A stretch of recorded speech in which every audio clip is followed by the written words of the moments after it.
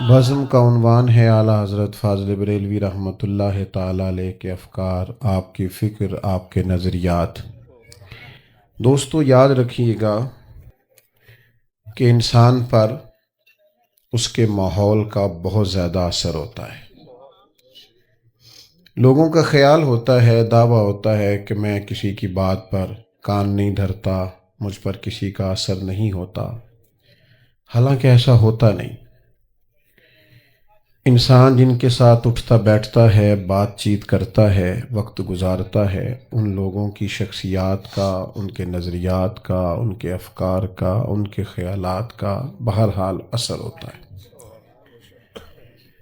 اللہ تبارک و تعالیٰ نے قرآن مجید میں اسی لیے ارشاد فرمایا کہ تم نہ جب صحبت اختیار کرو، سنگت اختیار کرو تو سچے لوگوں کی اختیار کرو۔ یا ایھا الذین آمنوا اتقوا اللہ وکونوا مع الصادقین، اے ایمان والو اللہ سے ڈرو، سچوں کی سنگت اختیار کرو۔ ہمارے ہاں جتنے بھی لوگ بگڑتے ہیں، نظریاتی بگاڑ کا شکار ہوتے ہیں، رافضیت، تفضیلیت، خارجیت، اور بھی دنیا میں جتنے باطل نظریات کے حامل لوگ ہوتے ہیں، آپ کبھی ان کو ٹٹول کے دیکھیں تو کسی نہ کسی برے آدمی کی صحبت میں پہلے بیٹھتے ہیں، اس کے ساتھ تعلق بنتا ہے، دوستی ہوتی ہے، کچھ نہ کچھ اس کی باتوں کا اثر ان کی شخصیت پر نظر آنے لگتا ہے۔ یہ اتنا اہم، اتنا بنیادی اور اتنا ضروری مسئلہ ہے کہ نبی کریم صلی اللہ تعالی علیہ وسلم نے فرمایا ہے کہ انسان اپنے دوست کے دین پر ہوتا ہے۔ انسان اپنے دوست کے دین پر ہوتا ہے، سوچ کے دوست بنایا کرو۔ امام غزالی رحمۃ اللہ علیہ ایک مقام پہ فرماتے ہیں کہ ہماری اولادیں، ہمارے بچے بغیر دوستوں کے نہیں رہ سکتے۔ کہیں نہ کہیں انہوں نے اٹھنا بیٹھنا ہے، کہیں نہ کہیں دکھ سکھ کے لیے انہوں نے تعلق بنانا ہے۔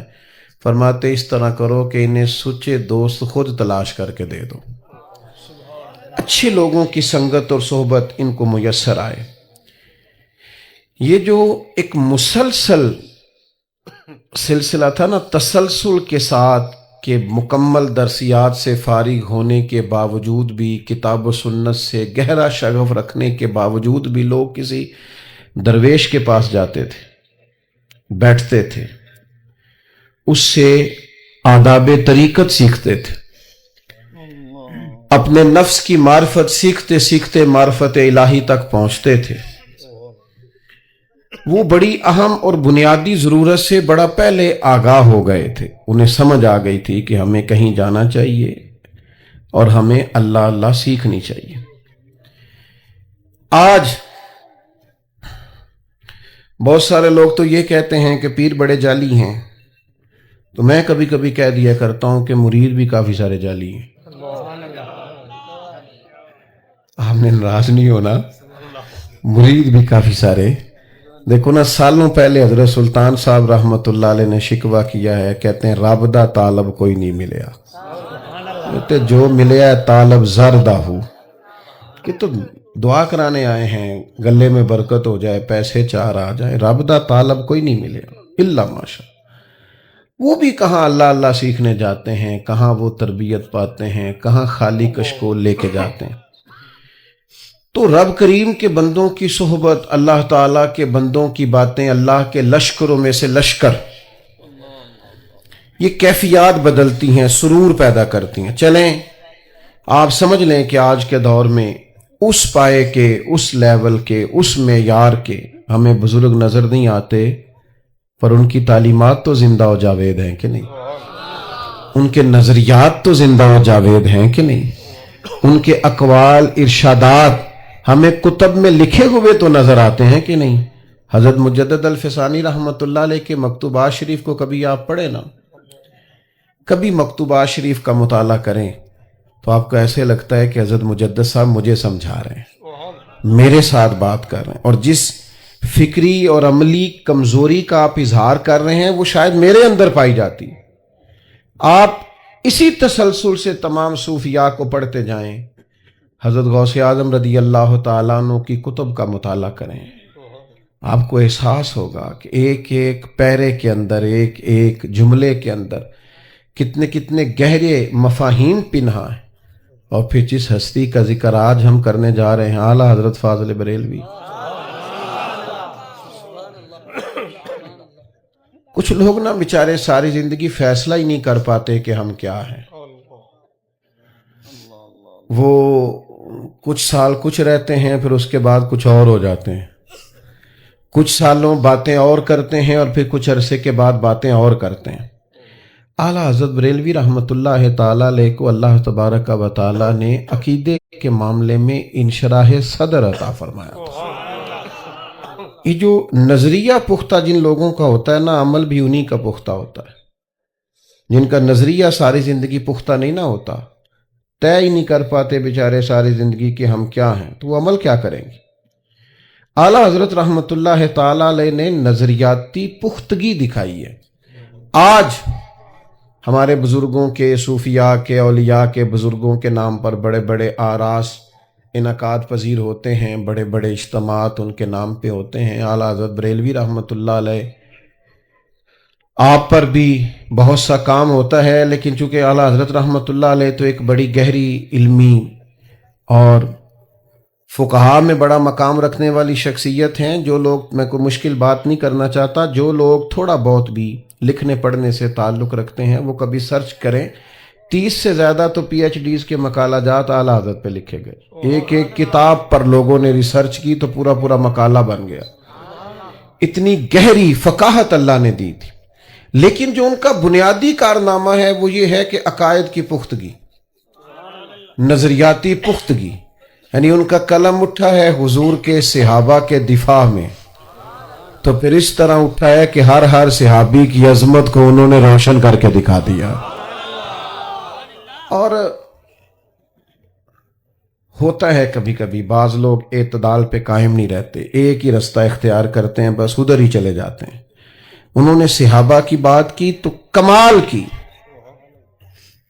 لیکن جن کو بڑا دعویٰ ہے نا کہ ہم محبت اہل بیت کے دائی ہیں اور ہم حضور سید عالم علیہ السلام کی اولاد پاک کے بڑے غلام ہیں، یہاں تک وہ نہیں آ سکے جہاں تک اعلیٰ حضرت بریلوی گئے ہیں۔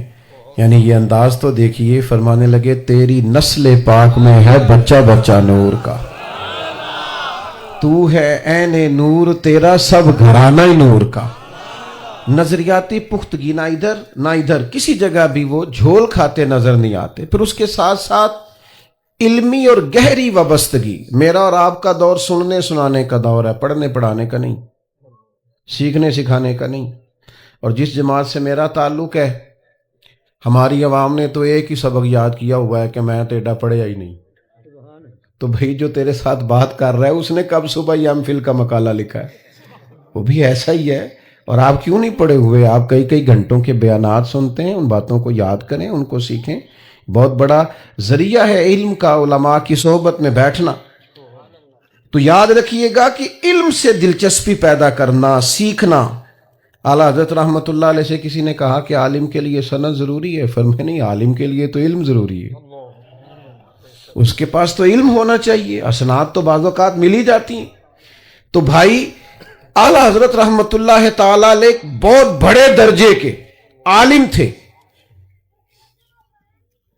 اور اس معیار کے عالم تھے کہ جو امدادی علوم ہوتے ہیں نا، کسی چیز کو سمجھنے کے لیے امدادی کتب ہوتی ہیں ضرورت کے لیے، آپ کبھی سرچ کریں تو میری طرح جن لوگوں نے کالجز میں وقت گزارا ہے، بڑا مشکل کام ہے ریاضی کو حل کرنا۔ میں تو کبھی کبھی اپنے ابا جی کے سامنے بیٹھتا تھا نا، تو وہ مطلب ان پڑھ ہو کے بعض ایسے سوالات پوچھتے تھے کہ وہ کیلکولیٹر دیر میں چلتا تھا، اور وہ پہلے ساری بیسیاں اور سارے 100 اور سارے انسے نکال کے سامنے رکھ دیتے تھے۔ لوگوں نے ضرورت کے لیے سیکھا ہوتا تھا، اس لیے کہ حساب کتاب کرنا ہوتا تھا روزمرہ کے معاملات میں۔ تو علی گڑھ یونیورسٹی میں ریاضی کے ایک بڑے زبردست پروفیسر تھے۔ آپ جو لوگ، ظاہر ہے کہ جو لوگ اداروں سے وابستہ ہیں وہ اچھی طرح سمجھتے ہوں گے کہ جس علم سے بھی لوگ وابستہ ہوتے ہیں وہ بیچارے اس میں کئی دفعہ الجھ جاتے ہیں۔ ہمارے مدارس کی زبان میں بھی کہتے ہیں کہ جو استاد رات کو اسباق تیار نہ کرے وہ صبح پڑھا نہیں سکتا، اور اگر پھر وہ میری طرح کا ہو ہی نہ پڑھانے والا تو پھر تو وہ کہتا ہے تسی ساری رات موبائل چلاندے رہے ہو، میں تو کی پڑھانا ہے، پھر تو ویسے ہی وہ اجازت لے کے رخصت ہو جاتا ہے الا ماشاء اللہ۔ تو کچھ امدادی چیزیں بھی سیکھنی پڑتی ہیں۔ تو وہ بڑے زبردست ٹیچر تھے ریاضی کے اور بڑی گہرائی رکھتے تھے۔ بعض لوگ نا اپنے مشن سے بڑے وابستہ ہوتے ہیں، بات کی سمجھ نہ آئے تو سینئر سے رابطہ کرتے ہیں، کتابیں دیکھتے ہیں، غور کرتے ہیں، جان نہیں چھڑاتے، اترتے ہیں گہرائی میں۔ تو بڑے زبردست ان کا ذوق تھا ریاضی کے حوالے سے۔ تو ایک مسئلہ حل نہیں ہو رہا تھا تو پوری علی گڑھ یونیورسٹی میں شور ہو گیا کہ سر کا ریاضی کا مسئلہ نہیں حل ہو رہا۔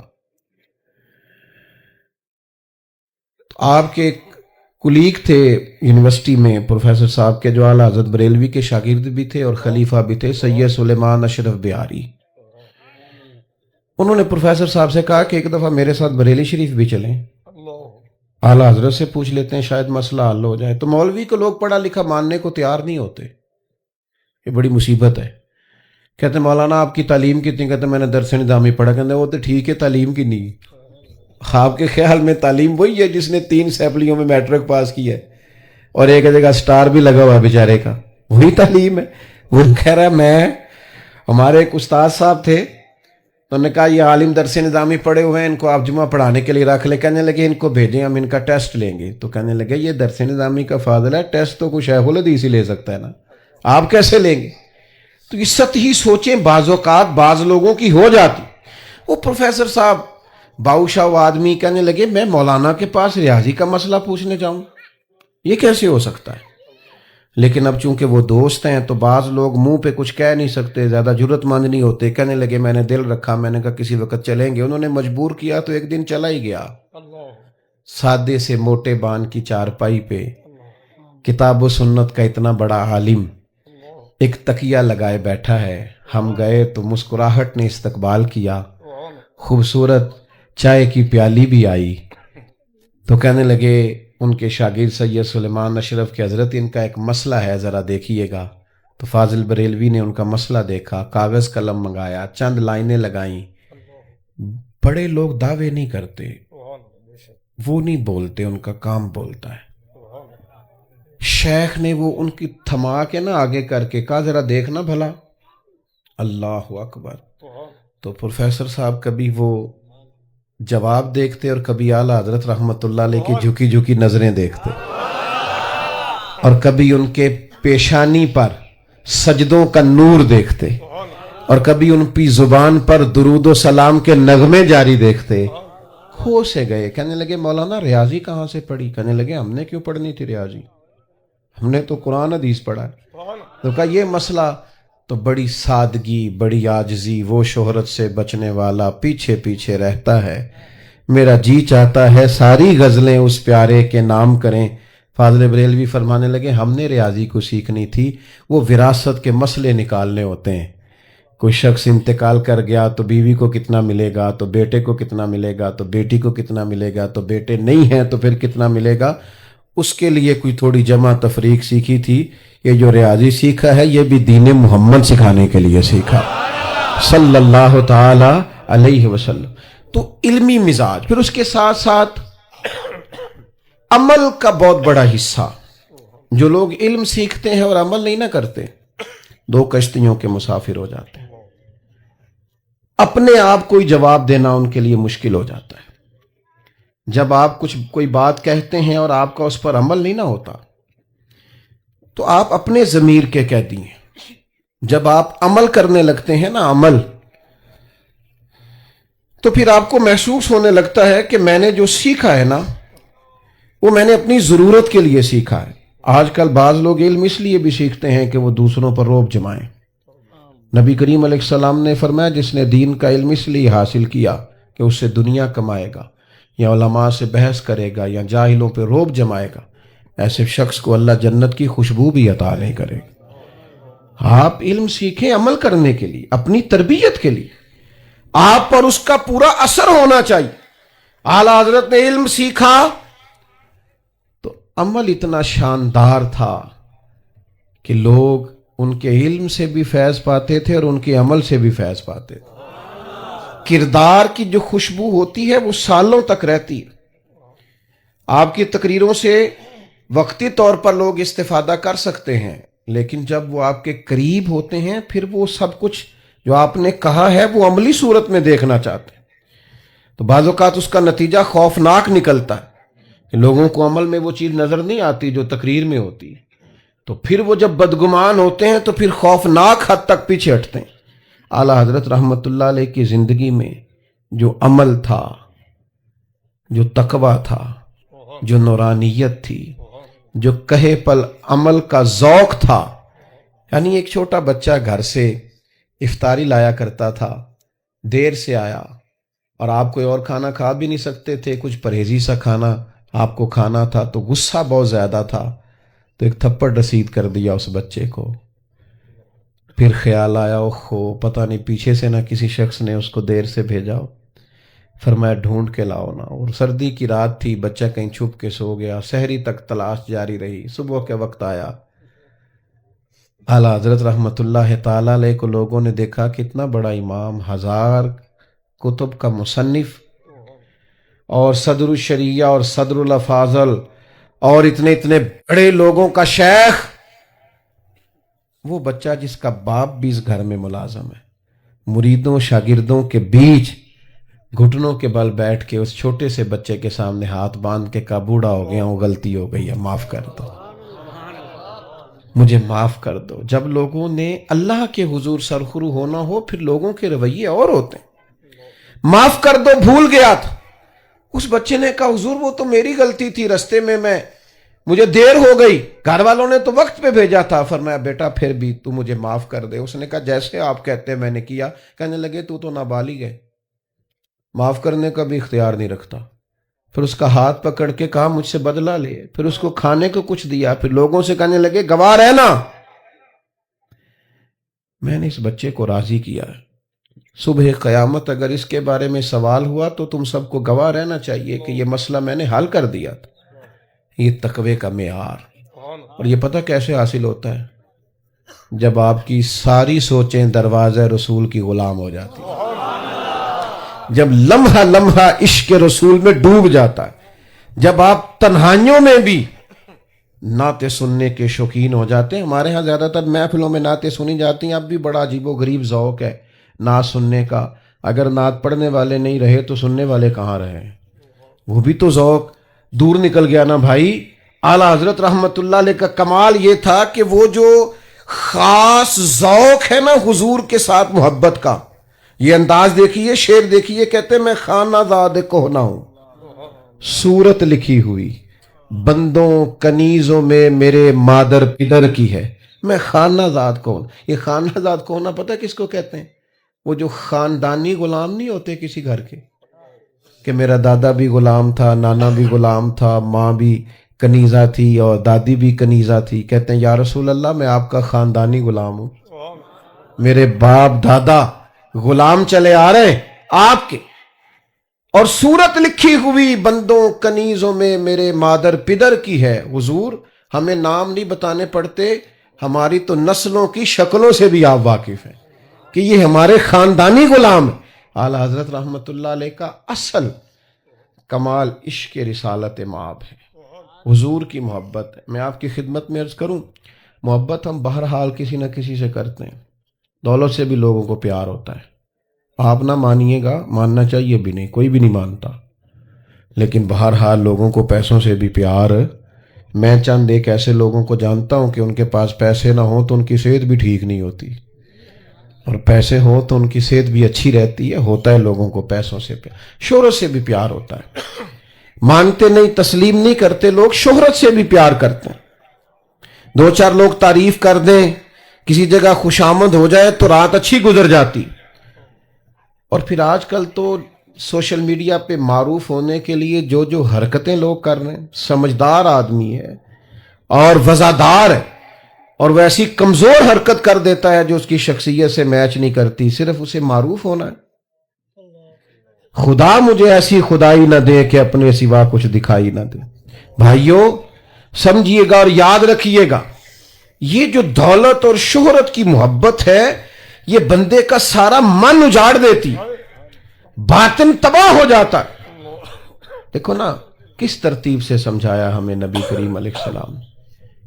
نبی رحمت صلی اللہ تعالی علیہ وسلم فرماتے ہیں، دو بھوکے بھیڑیے بکریوں کے ریوڑ میں کھلے چھوڑ دی، بھیڑیا ویسے ہی خطرناک ہوتا ہے پھر بھوکا ہو، فرمایا دو بھوکے بھیڑیے بکریوں کے ریوڑ میں کھلے چھوڑ دیے جائیں، اتنا نقصان نہیں کرتے جتنا دولت اور شہرت کی محبت انسان کے دل کا نقصان کرتی، سارا باطن اجڑ جاتا ہے۔ محبت تو کسی نہ کسی سے کرنی ہے، درد اگرچہ جاں گزل ہے، میں کروں کیا کہ دل ہے، غم عشق اگر نہ ہوتا تو غم روزگار ہوتا، کوئی نہ کوئی غم تو رہنا ہے۔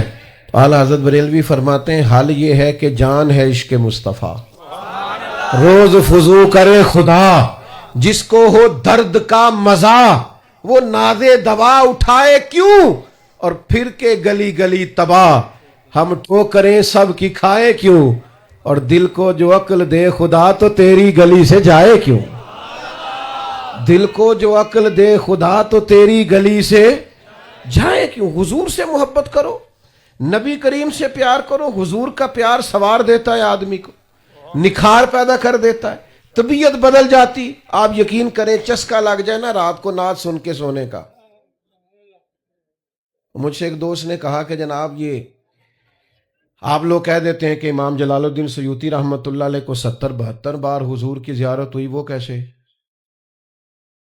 میں نے کہا بھائی یہ کوئی مشکل مسئلہ نہیں ہے، ایک تو یہ ہے کہ اس کا روحانی جواب ہے کہ ان کا قلب اتنا صاف تھا اور روح اتنی پاکیزہ تھی کہ انہیں زیارت ہوئی، لیکن ایک اس کا سادہ سا جواب بھی ہے، جو سارا دن سائیکل چلائے خواب میں بھی رات کو سائیکل ہی چلاتا ہے نا، جو سارا دن سفر کرے تو خواب میں بھی رات کو، صحیح کہہ رہا ہوں میں، بلا مثال و بلا تشبیہ صرف سمجھانے کے لیے عرض کرتا ہوں، جو سارا دن مدینے والے کی حدیث پڑھے اور پڑھائے، جو سارا دن سیرت پاک کی بات کرے، الخصائص الکبریٰ میں جس طرح انہوں نے حضور کا حلیہ مبارک لکھا ہے، کس ذوق اور کس محبت سے سرکار کی بات کی ہے، تو جو سارا دن یہ کرے نا وہ رات کو مدینے والے کے جلوے بھی دیکھا کرتا ہے۔ یہ سمجھ لیں کہ محبت رسول کا عملی پیکر جب تک ہم نہیں بنتے یہ دل کہیں نہ کہیں لگا رہے گا، کہیں نہ کہیں جڑا رہے گا۔ میں کچھ ایسے لوگوں کو جانتا ہوں جن کے پاس ہر خبر ہی مل جاتی ہے، چونکہ بیچارے سوشل میڈیا سے سر اٹھاتے ہی نہیں، ہمیں بڑی دیر کے بعد پتہ چلتا ہے بعض چیزوں کا، لیکن کچھ نوجوان ایسے ہیں جو جڑے رہتے ہیں، ہر خبر سب سے پہلے ان کے پاس ہوتی۔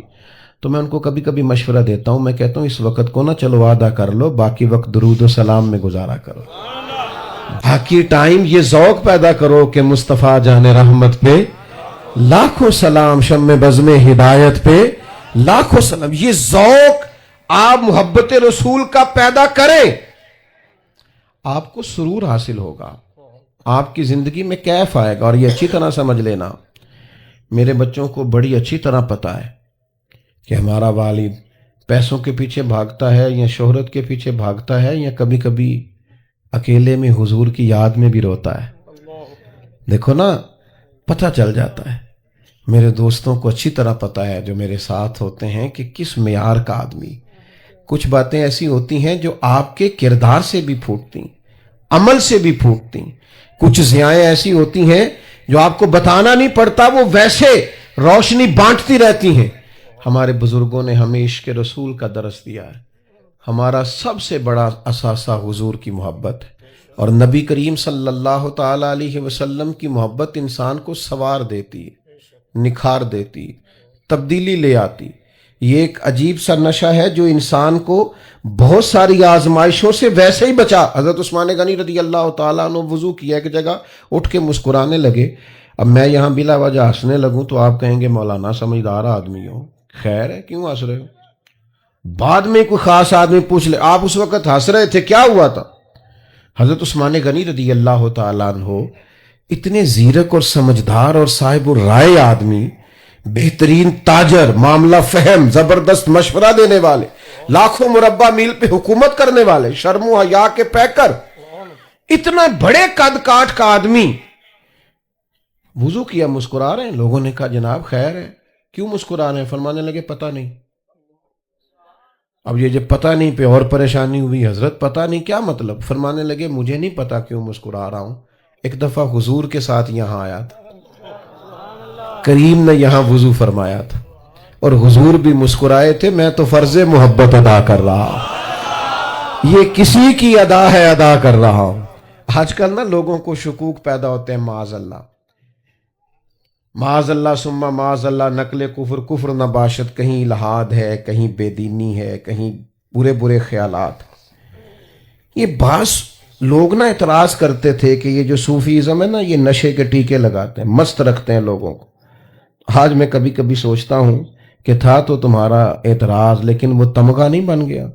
لوگ محبت رسول میں ایسے مست ہوئے کہ کسی بے دین کی بات سننے کو تیار ہی نہیں ہوتے, ادھر ادھر ان کی توجہ ہی نہیں جاتی. تو یہ اثاثہ ہے ہمارے بزرگوں کا, اس اثاثے کا ہمیں خیال کرنا چاہیے. ہمیں محبت رسول صلی اللہ تعالی علیہ وسلم میں وابستہ رہنا چاہیے. بات کو ختم کر رہا ہوں, بغیر نعت سنے کبھی نہ سویا کریں. حضور کی سیرت پاک پر توجہ رکھا کریں. جس خطیب کی, جس ادیب کی, جس شاعر کی, جس واعظ کی, جس مبلی کی بات سن کے دل میں حضور کی محبت پیدا ہو, اس کی بات بار بار سنا کریں, بار بار سنا کریں, بار بار. اور جس کی بات آپ کے دل میں شک پیدا کرے, وہم پیدا کرے, خدارا ایسے لوگوں سے اپنے آپ کو بچا لیا کریں, ورنہ آپ ایسے فکری انتشار کا شکار ہوں گے کہ آپ کو خود نہیں پتہ چلے گا کہ یہ بات کہاں نکل گئی. اور پھر یہ آستانہ جہاں آپ موجود ہیں, یہاں سے تو ہمیشہ خوبصورتیاں بٹتی ہیں.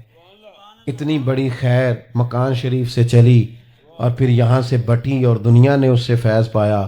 حضرت میاں صاحب خوبصورت گفتگو کرتے ہیں, حضرت پروفیسر ڈاکٹر میاں صغیر احمد صاحب بڑی خوبصورت گفتگو کرتے ہیں, پڑھے لکھے قد کاٹ والے لوگ. صاحبزادہ صاحب ماشاءاللہ سے آستانے کو دیکھتے ہیں. او بھائیو, اپنی سوچوں کو مثبت کر کے, اپنے رویوں کو ٹھنڈا کر کے اور سیکھنے کا مزاج پیدا کر کے خیر والے لوگوں سے خیر پائیں. آپ یقین کریں, کسی بندے میں طلب ہو نہ سیکھنے کی, اس کا مزاج ہو, طبیعت تنقید کی نہ ہو, تو اللہ تعالیٰ اس کے لیے اسباب بھی فراہم کر دیتا ہے. میں نے شروع میں بات کی کہ کچھ لوگوں کا خیال ہے پیر بڑے جھوٹے ہیں. او بھائی, ہمارا کشکول کہاں سیدھا رہ گیا ہے, ہمارے برتنوں میں کہاں صفائی رہ گئی ہے. اور پھر بہت زیادہ اختلافات جو کبھی مابین ہو نا بزرگوں کے, ان کو نہ دیکھا کرو, خیر کو دیکھا کرو. یہ جو اچھے لوگ ہیں نا, جیسے امام شافعی کا امام احمد بن حنبل سے ہو گیا, یہ جو صحیح العقیدہ لوگ ہیں, ان کے مابین اگر کبھی کوئی اختلاف ہو جائے تو وہ رحمت ہوتا ہے, وہ کرم ہوتا ہے, وہ عطا ہوتی. اور فروع کا اختلاف تو ویسے ہی بڑا رحمت والا ہوتا ہے, تحقیق کا دروازہ کھلتا ہے. تو خیر حاصل کیا کریں. عوامی سطح پر بعض اوقات اس بات کی بڑی پریشانی ہوتی ہے کہ ہم چھوٹی چھوٹی فروعی باتوں کو فروغ دے کر اپنے بزرگوں سے دور ہوتے ہیں. اس سے بچیں. یہ سارے خیر کے چشمے ہیں, وہ نقش بندی ہو, وہ قادری ہو, وہ چشتی ہو. ایک کالج کا دوست ایک دفعہ مجھے کہنے لگا زیادہ سلسلوں کی کیوں ضرورت. تو میرے ساتھ چونکہ اس نے وقت گزارا تھا, 2-4 سال ہم اکٹھے پڑے تھے, تو دوائی ہومیوپیتھک کی پسند کرتا تھا. تو میں نے کہا یار تجھے وہ والی دوائی پسند ہے, دوسرے کو وہ نہیں پسند. وہ کہتے لیٹ ہی بڑا کر دیے. تو بھائی یہ اپنا اپنا طریقہ علاج ہے. کسی کو کسی دوا سے فرق پڑتا ہے, کسی کو کسی دوا سے. ہم اپنے والد صاحب کو زور لگاتے تھے, کہنے سر نہیں بھائی میں تو کسی حکیم کو نہیں پوڑی لے کے کھانی. تو یہ اپنا اپنا طریقہ علاج ہے. تو اس میں یہ جو اختلاف ہے یہ باعث برکت ہے, یہ سارے خیر کے رستے ہیں. اللہ کے حضور دعا کرتا ہوں جو کہہ سکا ہوں اللہ قبول فرمائے. بات کرتے کہیں بھول گیا تو اللہ تعالیٰ درگزر فرمائے. محفل جاری رہے گی, محفلیں سرکار کی ہیں, لوگ آتے بھی ہیں جاتے بھی ہیں. ہمیں نظریاتی ہونا چاہیے, تو بیٹھنا چاہیے, سب جم کے بیٹھیں. ہمارے لیے بھی کوئی نہ اٹھے تو زیادہ اچھا لگے گا. اس لیے کہ اتنی خوبصورت محفل جمی ہوئی ہے, یہ اپنی ترتیب سے آگے بڑھے گی تو خوبصورتی پھیلے گی. آخر دعوانا الحمدللہ.